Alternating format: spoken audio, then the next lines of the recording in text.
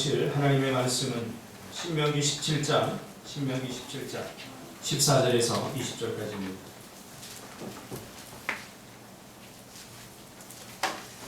신명기 17장 14절에서 20절까지.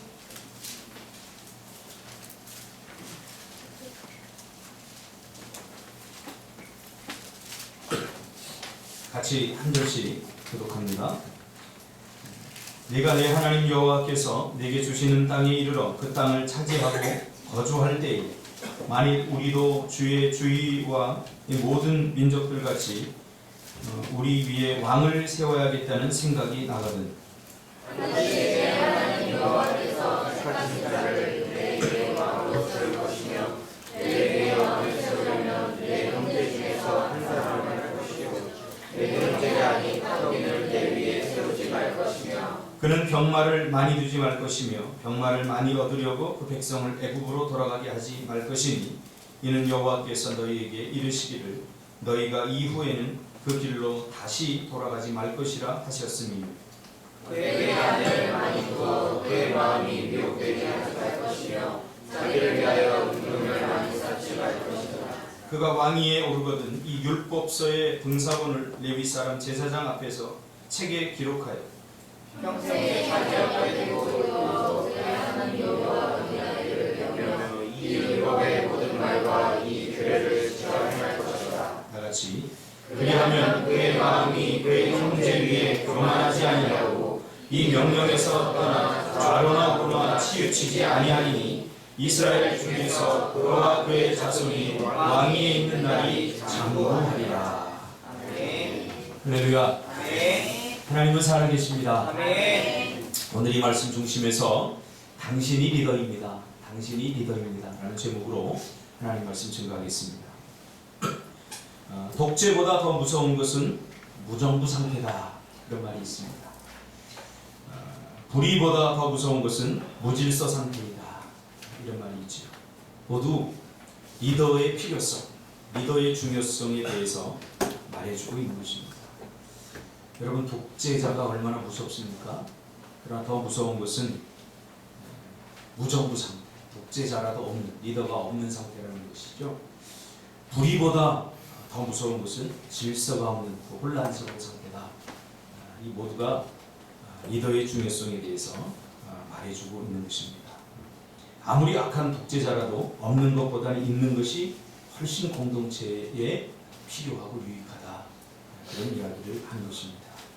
그것을 가장 잘 보여주는 것이 성경에서 사사기서입니다. 사사시대. 사사기서 21장 25절로 사사기는 마무리를 하는데요. 마지막 사사기 21장 25절에 뭐라고 이야기를 하냐면 그때 이스라엘에 왕이 없으므로 사람이 각기 자기 소견에 오른 대로 행하였더라. 그렇죠? 자기 마음대로 한다는 거죠. 여긴 긍정적인 면과 부정적인 면이 다 있지만 우리가 부정적인 면을 우리가 부각시킨다면 사사시대는 뚜렷한 기준이 없었던 시대입니다. 리더십이 없었던 시대입니다. 그러니까 어떤 정치적인 힘이라든가 그 권력이라든가 이런 것에 의해서 통제되지 않았던 그냥 자기 마음대로 자기가 원하는 대로 다 할 수 있었던 그런 시대였죠. 사실 우리 예수 믿는 사람들에게는 리더가 따로 필요 없습니다. 왜냐하면 하나님이 우리의 참된 리더이기 때문입니다. 하나님이 우리의 참된 왕이기 때문입니다. 그래서 따로 어떤 리더십이 필요 없습니다. 그런데 왜 성경에 보면 하나님께서 리더를 세우셔서 당신의 일들을 하게 하셨는가? 그것은 인간들은 보이지 않는 하나님의 리더십에 대해서 자주 의심합니다. 눈에 보이지 않기 때문에 하나님께서 힘들고 어려워합니다. 신앙생활이라고 하는 것은 눈에 보이는 것들을 의존하고 하는 것이 아니라 보이지 않는 영적 세계, 보이지 않는 하나님과 관계를 맺고 우리가 하는 거기 때문에 이것에 이스라엘 백성들이 익숙하지 않아요. 보이는 것에 의존해 살아가려고 하는 강한 욕망이 죄인인 우리 안에 있기 때문에 깊이 잠재되어 있기 때문에 보이지 않는 하나님을 의식하기보다는 의식하지 못할 때가 너무 많다는 거죠.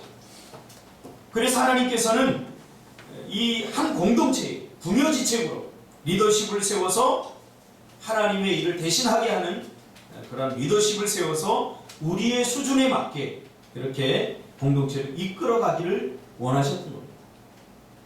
그래서 리더라고 하는 것은 우리를 향한 하나님의 거룩한 배려라고 생각합니다. 원래 리더는 없어야 돼요. 그러나 우리는 하나님을 이게 리더가 없으면 이게 잘 의식하지 못하니까 리더를 세워서 하나님을 대신하게 하는 그런 일들을 우리가 구약 성경에 보면 계속해서 하고 있는 것을 보게 됩니다. 오늘 본문도 그런 말이죠. 14절에 보면 너희가 가나안 땅에 들어가 살다가 주위 모든 민족들 같이 왕을 세워야겠다는 생각이 나거든. 바로 이런 이유에서죠. 하나님은 눈에 보이지 않기 때문에 때로는 믿음이 없는 사람들, 또 우리가 지극히 영적이지 못한 우리들은 답답해합니다. 하나님 보이지 않기 때문에 즉시 왕들은, 눈에 보이는 왕들은 즉시 명령을 내리잖아요. 이렇게 해라 저렇게 해라, 대책을 세워주고 적이 쳐들어오면 군사를 모으고 이런 일을 즉시 해주는데 하나님은 눈에 보이지 않기 때문에 이게 참 답답할 때가 한두 번이 아니에요. 전쟁이 일어나면 적군이 쳐들어오면 기도해야 되고, 또 무슨 일이 생기면 가뭄이 들면 하나님께 기도해야 되고 예배해야 되고, 이게 참 답답한 게 한둘이 아니에요. 그러니까 이 조급한 믿음이 없는 우리 인생들을 향해서 하나님께서 궁여지책으로 주신 것이 바로 리더십이다. 이렇게 우리가 볼 수 있는 거죠. 그러므로 인간 왕 혹은 인간 리더십은 최선책이 절대 아닙니다. 차선책입니다. 하나님께서 우리에게 주신 최선책은 뭐냐? 눈에 보이지 않는 하나님을 의식하고 우리의 영원한 리더십인, 우리의 영원한 왕인 하나님을 의지하고 살아가는 것이 최선책입니다. 자발적으로 하나님을 섬기며 자발적으로 하나님께 기도하고 자발적으로 하나님께 의뢰하면서 하나님의 길을 묻는 것이 바로 최선책입니다. 근데 이것이 잘 안 돼요. 눈에 보이지 않기 때문에 우리는 눈에 보이는 것들을 의존해서 살아가야 돼요. 그래서 리더십을 세웠다는 거죠. 그래서 오늘 본문에 보면 너희가 리더를 세울 때에 이런 리더를 세워야 된다, 이런 왕을 세워야 된다, 그러면서 몇 가지 주시는 장면이 나옵니다. 자, 리더는 최선책이라고 해요, 차선책이라고 해요? 여러분들이 신앙생활 잘하면 굳이 목사가 필요 없어요. 자발적으로 여러분이 하나님을 의식하고 또 하나님의 말씀 중심으로 살아간다면 리더십이 따로 필요 없는 거죠. 차선책입니다. 근데 이 리더를 세울 때 이런 리더를 세워야 된다라고 몇 가지 지금 이야기를 하고 있죠. 형제 중에 한 사람을 세워라. 이 말은 이방인 중에서 세우면 안 된다는 거예요. 이방인 중에서. 너희 공동체 안에서. 그래도 일꾼을 세울 때도 마찬가지입니다.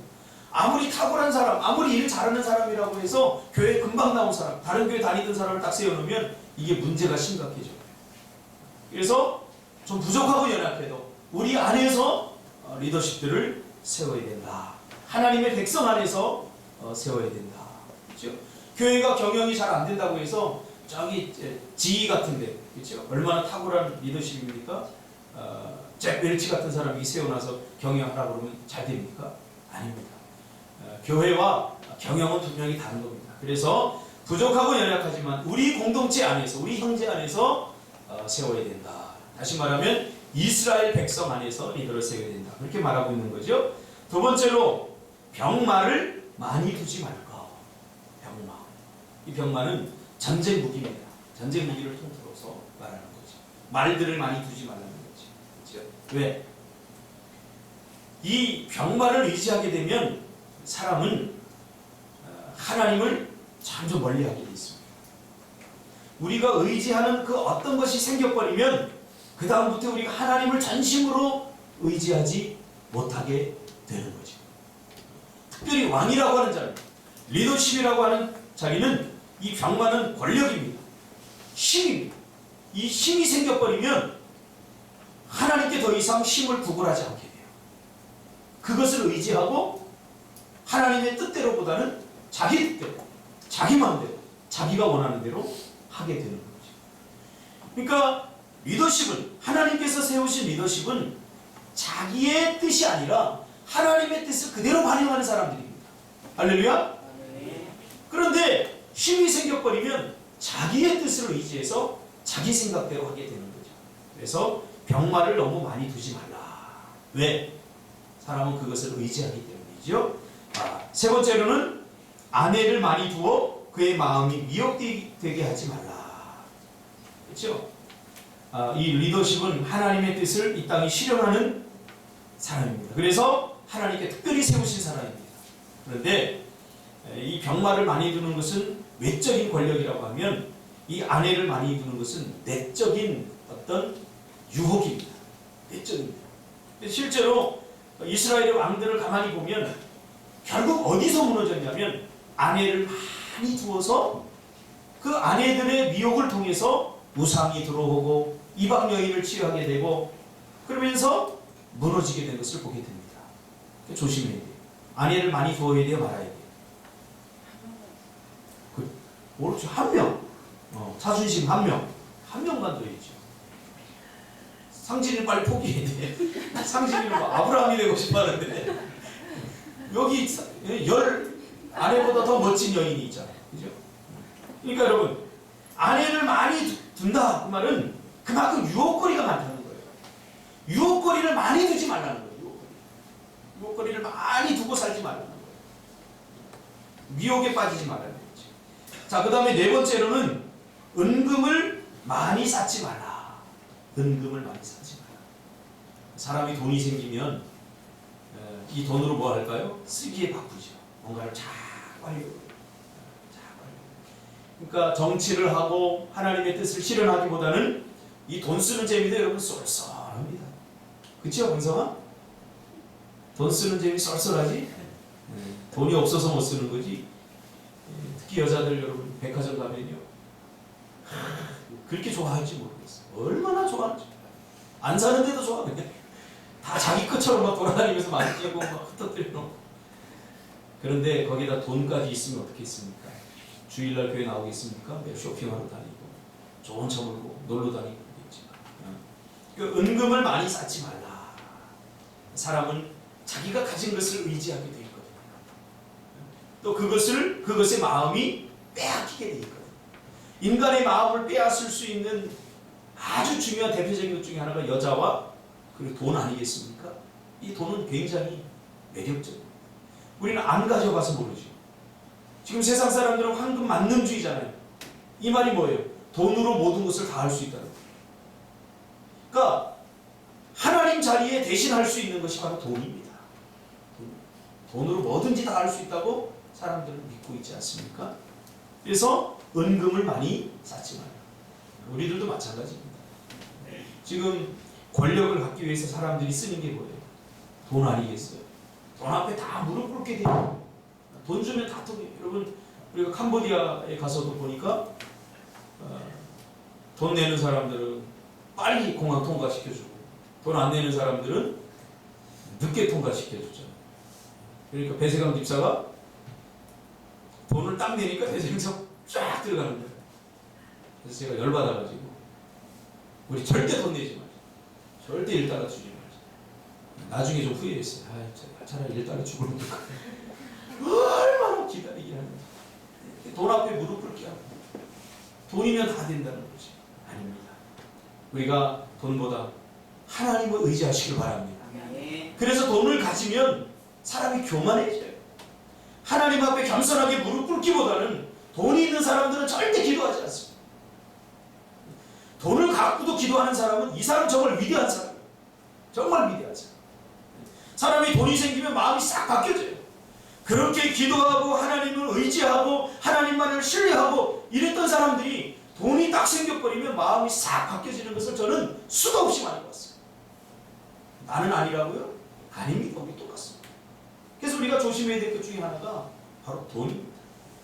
그럼 다섯 번째는 율법을 항상 곁에 두어 여호와 경외하기를 배우며 하나님의 말씀을 항상 가까이 두는 사람, 이 사람이 리더십이 되어야 된다는 거죠. 자, 그렇게 다섯 가지를 통해서 세워지면, 리더가 세워지면 이렇게 다섯 가지를 통해서 어떤 결론이 나오느냐? 그렇게 되면 두 가지가 나오죠.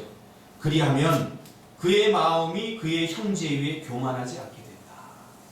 그죠? 교만하지 않게 된다. 명령에서 떠나 두 번째로는 좌로나 우로나 치우치지 아니한다. 그러니까 리더의 가장 중요한 조건, 리더가 누릴 수 있는 최고의 조건 두 가지를 말하고 있죠. 절대 교만해서 안 된다. 왜? 리더는 힘이 생기고 리더는 권력이 생기고 다른 사람이 우러러보고, 그러니까 자기가 잘난 줄 알고 야 이것이 자기의 힘인 줄 알고 자기의 능력인 줄 알고 형제들을 억압하고 착취하고 백성들을 억누르고 교만해서는 절대 안 돼요. 두 번째로는 리더는 절대로 좌로나 우로나 치우치면 안 돼요. 이럴까 저럴까 그러면 백성들이 불안해요. 팔로우들이 불안해요. 그러니까 분명한, 그래서 율법을 항상 곁에 둬야 돼요. 하나님의 말씀을 항상 곁에 두면 좌로나 우로나 치우치지 않게 되는 거죠.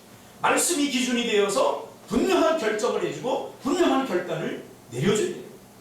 그러니까 리더는 뭐예요? 결단을 내려주는 사람 아닙니까? 공동의 선을 추구하고 공동체가 어떻게 해야 될지 모를 때 분명한 말씀의 기준을 통해서 결단을 내려주는 사람이 리더십이에요. 근데 리더가 이렇게 할까? 저렇게 할까? 막 우왕좌왕해버리면 이것은 바로 리더십의 손상을 입는 거죠. 리더는 분명한 결단을 내려주고 거기에 대한 책임도 져줘요.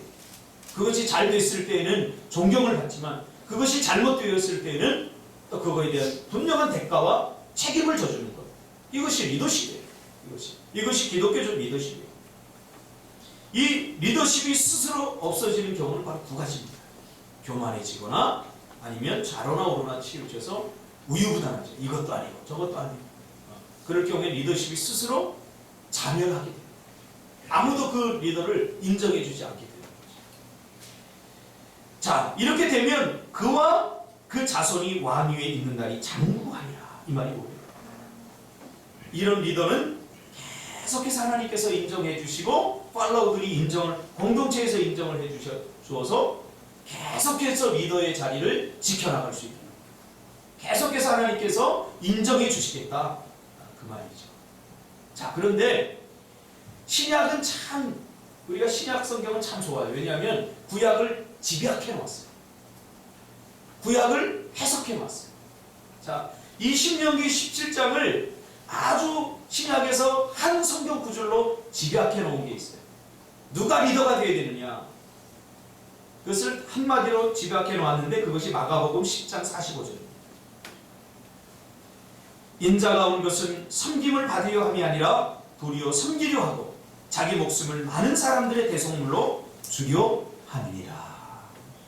신명기 17장, 누가 왕인가, 어떤 사람을 왕으로 세워야 되는가, 우리가 5가지로 이야기했지만 이 5가지를 요약해보면 마가복음 10장 45절입니다.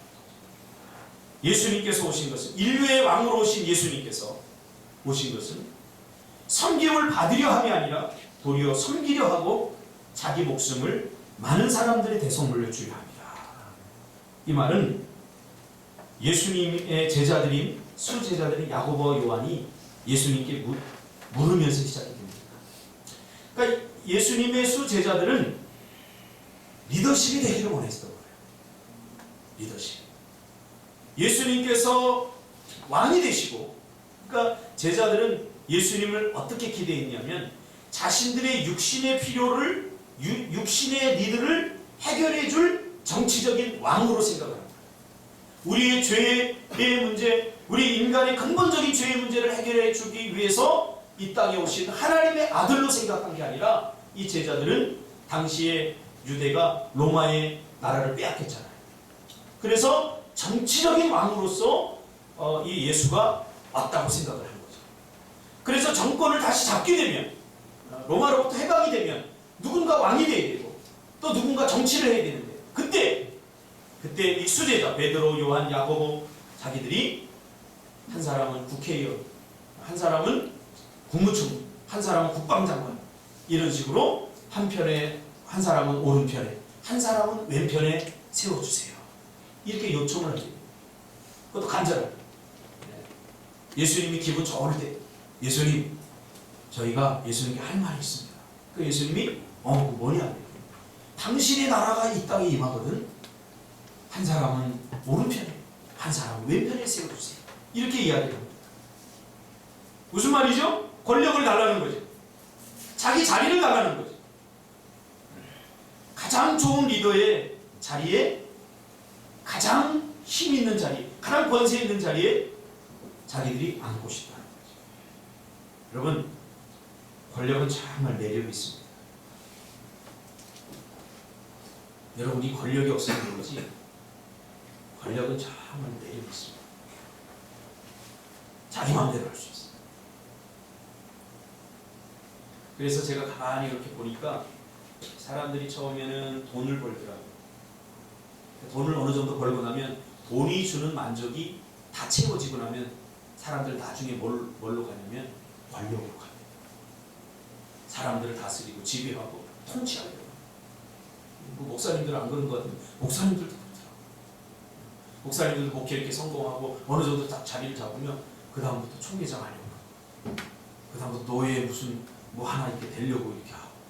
그럼 보면 야, 이 권력의 힘이라는 게 모든 인간이 벗어날 수 없는 길이구나, 그런 것을 발견합니다. 이 권력이. 여러분은 권력 없어요? 다 있잖아요. 지 엄마도 권력 있잖아요. 그렇지? 부모도 권력이 있는 거예요. 우리 예원이하고 예담이하고 항상 인기 투표를 합니다. 우리 집의 왕은 난데 이 왕이 잘하고 있나 못하고 있나 항상 인기 투표를 하는데, 박근혜 대통령은 54%나 되는데 저는 한 3%도 안 되는 것 같아요. 항상 우리 집에서 인기 투표를, 이 왕의 자리를 놓고 인기 투표를 하면 1등이 집사람입니다. 그 다음에 2등이 예담입니다. 우리 예원이가 인기 투표하는 거 보면 3등이 예린입니다. 그리고 항상 인기 투표에서 꼴등하는 것이 왕인 척입니다. 왜 그런 줄 아세요? 그 어린아이의 눈에 비친 이 왕은 항상 자기 마음대로 하는 거예요. 자기가 TV 보고 싶은데 TV 못 보게 하고, 자기가 놀고 싶은데 공부하라고 그러고, 좀 뭐 먹고 싶은데 내일 먹으라고 그러고, 좀 늦게까지 안 자고 싶은데 일찍 자라고 그러고. 이 왕이 완전히 이렇게 눈에는 독재자처럼 보이는 거예요. 그리고 제가 깨달아요. 권력이 없는 사람은 없습니다. 저도 권력자예요. 다 권력을 가지고 있죠. 근데 정말 모든 팔로워들을 만족시킬 만한 권력을, 그런 리더십 갖기가 상당히 힘들어요. 정말 힘들고, 인간적으로 저들의 욕망을 채우고 저들의 욕구를 다 들어주고. 생각해보세요. 우리 예원이한테 인기 투표에서 1등 왕이 되려면 간단해요. 자기가 원하는 거 다 해주면 돼요. 늦게까지 뭐 잘하고 할 필요도 없고, 뭐 사탕 뭐 매일 먹고 다 놔두는 거예요. 저는 일일이 통제하거든요. 사탕 먹으면 이 썩는다. 그 어떤 왕이 진정한 왕인가? 우리가 고민을 해봐요. 그럼 원하는 대로 다 해주는 왕, 자기가 하고 싶은 대로 다 해주는 왕이 참된 왕입니까? 왜 하나님께서 리더십을 세우면서 말씀을 가까이 하라고 그럽니까? 말씀 가까이. 그러니까 여러분, 리더를 뽑을 때 포퓰리즘, 자기들 원하는 대로 다 해주는 사람을 뽑으면 절대 안 돼요. 리더에게 따끔한 충고도 있어요. 하나님의 말씀을 기준으로 해서 제시해주고, 때로는 지적해주고, 때로는 따끔하게 해주는 사람이 진정한 리더가 될 수 있는 거예요. 이번에도 우리 JMS 하면서 보니까 상진 입사가 고생하더라고요. 왜냐면 일일이 다 이렇게 지적해주고 이렇게 하는데 쉬운 게 아니에요. 그 뭐 대단한 일이라고 지적해서 너하고 나의 사이를 여러분 이렇게 내고시겠습니까? 관계가 안 좋고 갈등을 일으키고 싶겠습니까? 이게 리더십이에요. 그러니까 인기만 얻으려고 하는 사람 절대 리더가 되면 안 돼요. 지금 아르헨티나가 그렇게 됐잖아요. 아르헨티나가 미국 다음으로 세계에서 잘 사는 나라였어요. 근데 그 대통령이, 내가 이름을 잊어버렸네. 그 대통령이 포퓰리즘 때문에 인기 얻으려고 막 자기 마음대로 막 백성들에게, 국민들에게 용돈도 다 주고 석유가 많이 나니까 하다가 지금 세계에서 가장 못 사는 나라 중에 하나로 전락했잖아. 그러니까 말씀을 항상 줘요. 이것이 이 리더십의 최고봉인 왕의 모습을 이 제자들은 보았어요. 왕이 얼마나 대단한 권력을 가지고 있는지 보았어요. 42절에 보면 사람을 임의로 주관하고 권세를 부릴 줄 너희가 알거든. 그러니까 권력을 가지면 그렇게 된다는 거죠. 그러나 하나님의 나라는 그렇지 않습니다. 누구든지 크고자 하는 자는 너희를 섬기는 자가 되고, 섬김이 안 되는 사람은 리더가 되면 안 됩니다. 기꺼이 섬김. 세상 리더십은 그 권력으로, 힘으로 억누르고 억제하고 다스리고 부리려고 하고, 하지만 기독교 성경적 리더십은 뭡니까? 섬기는 자, 팔로워들을 기꺼이 섬겨주는 자. 그리고 으뜸이 되고자 하는 자는 모든 사람의 종이 될 줄 아는 자. 이것이 기독교적 리더십의 핵심입니다. 그러면서 예수님이 뭐라고 그럽니까? 인자가 온 것은 섬김을 받으려 함이 아니라 도리어 섬기려 하고 자기 목숨을 많은 사람의 대속물로 주려 함이라. 그러므로 기독교의 리더십은 군림하고 억압하고 착취하고 빼앗는 것이 아니라 백성들을 기꺼이 섬겨주고, 백성들의 눈물을 흘리게 하는 사람이 아니라 백성들의 눈물을 닦아주는 사람이 리더십이에요. 백성들을 섬겨주고 기꺼이 그들의 뭐가 되어줘야 돼요? 종이 되어줘야 돼요. 교사도 마찬가지입니다. 주일학교 교사가 어린 아이들이 말 안 듣는다고 이렇게 막 억누르려고 합니다. 주일학교 교사는 그 어린 아이들을 기꺼이 섬겨줘야 돼요. 청소년부 교사도 마찬가지입니다. 그 아이들을 기꺼이 섬겨줘야 돼요. 자, 그러니까 기독교의 리더십은 기꺼이 그를 위해 종이 되어주는 거예요. 그러면 내가 종처럼 되나요? 내 신분이 낮아지나요? 나는 하찮은 사람이 되나요? 아니라. 누구든지 예수님이 뭐라고 그랬어요? 누구든지 리더가 되고 싶으면, 누구든지 최고가 되고 싶으면, 으뜸이 되고 싶으면 기꺼이 섬겨주고 기꺼이 그들의 종이 되어야 된다. 예수님 말이잖아요. 그러면 하나님께서 나를 높이십니다. 하나님께 나를 높이십니다. 내가 기꺼이 나를 낮추면 내가 낮아진 상태로 끝나는 게 절대 아니라는 거예요. 하나님께서 나를 높이신다. 할렐루야. 요셉이 대표적인 예 아니겠습니까? 요셉의 삶은 끝없이 추락합니다. 낮아질 대로 낮아졌어요. 그 낮아진 상태에서도 섬겼어요. 그랬더니 하나님께서 애굽의 총리로 세우셨어요. 이것이 기독교 리더십의 핵심입니다. 자기가 올라서려고 하면 안 돼요. 자기가 가지고 있는 권력과 자기가 가지고 있는 힘으로 사람들을 억누르고 그 짓밟고 위에 서려고 하면 절대 안 돼요. 그 사람은 끊임없이 추락하게 돼 있어요. 백성들에게 신음을 잃어버리고 하나님께 신음을 잃어버릴 수밖에 없다는 거죠. 내가 나를 낮추고 기꺼이 팔로워들을 섬기면 하나님께서 나를 인정해 주셨어요. 결정적인 때에 나를 높이신다는 거죠. 그러므로 하나님께서 인정하시는 리더는 기꺼이 너의 종이 되어주고 기꺼이 한 공동체를 위해 종처럼 헌신해주는 사람이죠. 자발적으로. 그러므로 기독교의 리더십은 자리가 아니라 영향력입니다. 세상의 리더십은 자리잖아요. 사장을 존경해줘야 돼. 왜? 그 자리 때문에. 사장에게 잘못 보이면 회사 잘려. 이게 자리예요. 자리. 저는 지금도 잊지 못하는 게 있어요. 제가 부교육자에 있을 텐데 어떤 분이 있었어요. 돈 많은 분이 계셨는데 그분이 지금 그 돈으로 모든 걸 해결하려고 하더라고요. 그러니까 주위에 어떤 분이 저한테 와서 그런 얘기를 합니다. 저분은 참 안타깝다. 만약에 저분이 돈이 없다면 저분 주위에는 사람이 하나도 없을 것이다. 돈으로 관계를 맺는 거죠. 아니에요. 우리가 인격과 인격으로 맺어야 돼요. 그러니까 누가 만들어준 자리가 아니라 이것은 스스로 팔로워들이 인정해주는 리더가 되게 되는 거죠. 대표적인 사람이 성경에 두 사람이 나오는데 사울 왕과 다윗 왕을 보면 알 수 있어요. 사무엘하 3장 1절에 보면 이런 고백이 나옵니다. 다윗은 점점 강하여지고 사울의 집은 점점 약하여 갑니다. 이게 사울이 왕일 때입니다. 다윗은 아무것도 아닐 때예요. 근데 성경은 다윗은 점점 강하여지고 사울의 집은 점점 약하여 가니라 그렇게 말합니다. 사울이 왕임에도 불구하고. 왜 그렇죠? 다윗은 억울한 자, 빚진 자, 눈물 흘린 자, 가슴에 원한이 있는 자, 모든 사람들을 기꺼이 품어주고 그들을 위해 헌신해주고 자기 목숨보다 그들을 더 귀하게 여겨줬어요. 그들을 높이기 위해서 기꺼이 자신의 어깨를 다 내어줬죠. 다윗은. 그러나 사울왕은 그렇지 않았어요. 자기가 가지고 있는 권력으로 사람들을 억압하고 사람들을 착취했어요. 억눌렀어요.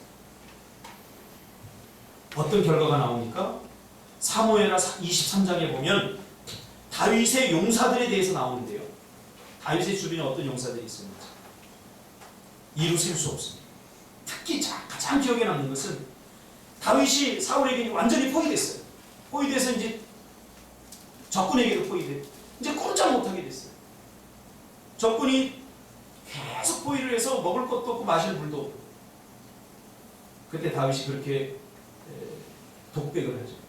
아, 목마르다. 이러니까 다윗의 부하 중에 세 사람이 적진을 뚫고 목숨을 걸고 적진을 뚫고 나가가지고 샘물에 가서 물을 길어옵니다. 목숨을. 이게 다윗의 영향력이에요. 다윗을 위해서 목숨을 걸고 적진을 뚫고 들어가서 나가서 포위망을 끌고 그 리더가 그 목마른데 물 한 방울 주려고. 이게 보통 관계심이 아니에요. 그러니까 다윗도 참 위대해요. 목마르잖아요. 이걸 마시면 되는데 야, 이것은 피다, 피. 너희들의 피다. 너희들의 목숨과 바꾸어서 이거 떠온 이 물을 내가 이걸 마실 수 있느냐. 그러면서 하나님 전에 갖다 두어. 하나님 드세요. 그리고 하나님 전에 갖다 두었어요. 오늘은 우리 서로 섬겨주지 않으려고 그러잖아요. 서로 섬김을 받으려고만 하잖아요. 그러니까 다윗 공동체가 강해질 수밖에 없었던 이유가 바로 여기 있습니다. 이제 21세기는 모든 기업들도 마찬가지입니다. 이 끈끈함이 없으면 다 망합니다. 우리 IMF 겪고 지금 어려운 시대에 그렇지 않습니까? 회사가 어려운데 다 자기 먹고 살겠다고 나가요. 근데 어떤 회사는 월급 한 푼 1년 동안 못 받고도 자기들이 돈을 빌려다가 그 회사를 살리려고 해요. 이게 진정한 리더십. 반면에 사울 주변에는 어떻게 하면 사울을 이용할까? 그래서 결국 사울이 부하 역할이 죽잖아요. 리더란 팔로워들의 마음을 얻어야 되는 거죠. 그들의 마음을 감동시켜요. 우리 이번에 셀 개편을 했습니다. 셀 개편을 했는데 한번 우리 셀 리더들은 리더십들은 섬기시기 바랍니다. 내가 막 함부로 할 수 있는 사람들이 아니에요. 주님의 마음을 품고 섬기시기 바랍니다. 자기 이름 높여서 으뜸이 되려고 하면 안 돼요. 기꺼이 내 팔로우들을 높여줘요. 내가 있음으로 해서 그 옆에 사람이 빛나야 되죠. 내가 주인공이 되려고 합니다. 내가 있음으로 해서 사람이 빛나야 되는 거죠. 이것이 참된 일이에요. 예수님은 자기가 높아지기 위함이 아니라 기꺼이 우리를 살리기 위해서 자기는 가장 낮아지셨잖아요. 우리의 고통을 주지 않기 위해서 자기가 고통을 당했잖아요. 이게 진정한 리더십이에요. 이것이 섬김의 리더십의 핵심입니다. 저도 이 말씀을 준비하면서 기꺼이 저도 우리 꿈틀교회 성도들을 섬겨야 돼요. 내 이름을 높이는 게 아니라 우리 성도들이 잘 되게 하기 위해서 저는 늘 입술로 그런 고백을 합니다. 제 마음도 솔직히 하나님 앞에서 뭐 내가 잘 돼봤자 뭐 얼마나 잘 되겠어요. 목사가 잘 돼봤자 그냥 목사일 뿐이죠. 나 때문에 여러분이 잘 됐으면 좋겠어요. 나 때문에 여러분이 행복했으면 좋겠어요. 예수님처럼 예수님 때문에 우리가 행복해졌잖아요. 그러니까 여러분 마찬가지예요. 집에서 부모님이 설거지하고 있으면 가서 해줘야 돼요. 큰 데서 찾지 마세요. 엄마의 헌신, 엄마의 섬김을 통해 내가 편안한 거잖아. 그 편함을 이용하고 편함을 누리려고 하면 안 돼요. 아빠가 힘들면 맛있는 것 좀 사, 좋은 말 해줘. 이게 섬김이에요. 섬김 그러니까 뭐 큰 게 아니에요. 섬겨주려고. 저 사람의 섬김을 이용하려고 하는 게 아니에요. 오히려 내가 기꺼이 그를 위해서. 그런 사람은 상처도 없어요. 섬겨주려고 하는 사람은 절대 상처받지 않습니다. 섬김 받으려고 하니까 상처받아요. 저도 그래요. 가끔 제가 이제 설거지를 이렇게 하거든요. 설거지를 이렇게 가끔이 아니라 자주 하는 편이에요. 보통 남자들에 비하면 평균 이상. 화장실 청소도 이렇게 하고 방도 닦고. 근데 집사람은 내가 더 해주기를 원해요. 그러니까 본인은 상처받는 거예요. 나는 이 정도면 내가 대한민국 평균 남자의 상위에 해당한다. 그리고 열심히 하는데 집사람이 보기에 나는 절대 아니다. 이렇게 보는 거죠. 그러니까 어떤 관점에서 바라보느냐가 중요한 거예요. 섬김을 받으려고 하면 안 되고 섬기려고 해요. 섬기려고. 무슨 말인지 알겠죠? 그래서 기독교 리더십의 핵심이 뭐냐면 자발성입니다. 누가 시켜서 어쩔 수 없이 하는 사람은 평생 종으로 바뀌었어요. 평생 팔로우 짓밖에 못해요. 그러니까 주인의식을 가지려, 리더의식을 가지려면 자발성이 있어요. 회사를 가보세요. 회사를 가면 사장은요, 가다가 쓰레기 하나 끓여주시면 주세요. 근데 사원은 절대 주지 않아요.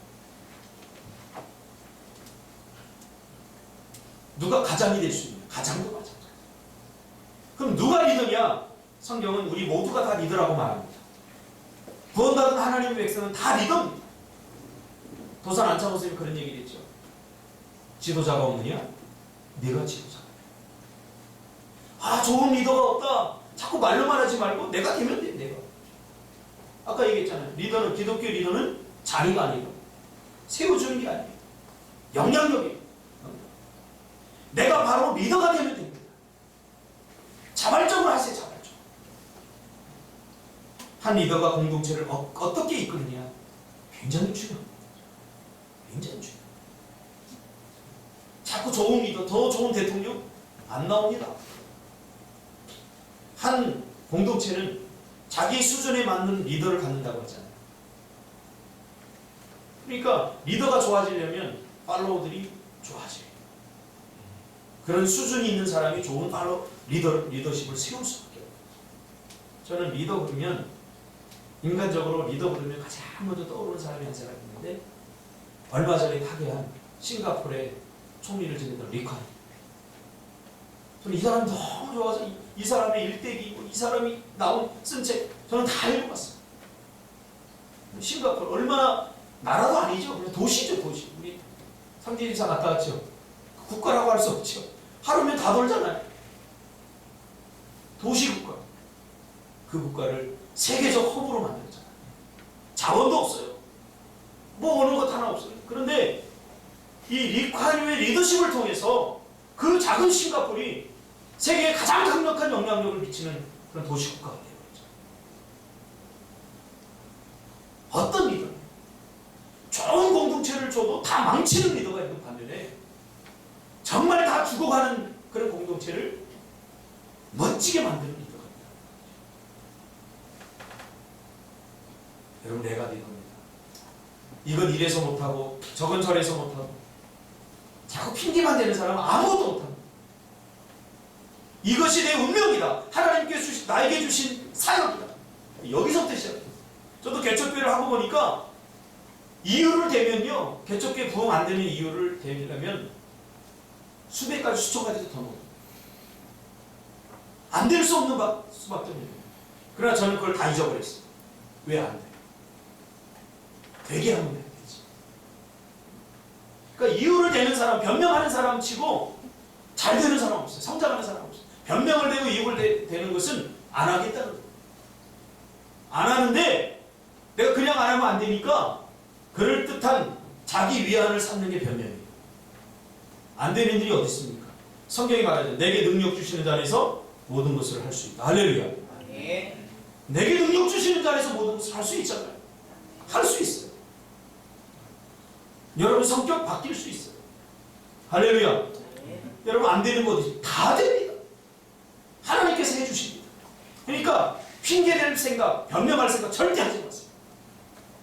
그 핑계가 어디 있습니까? 다 돼. 안 되는 거 없어요. 내게 능력 주시는 거.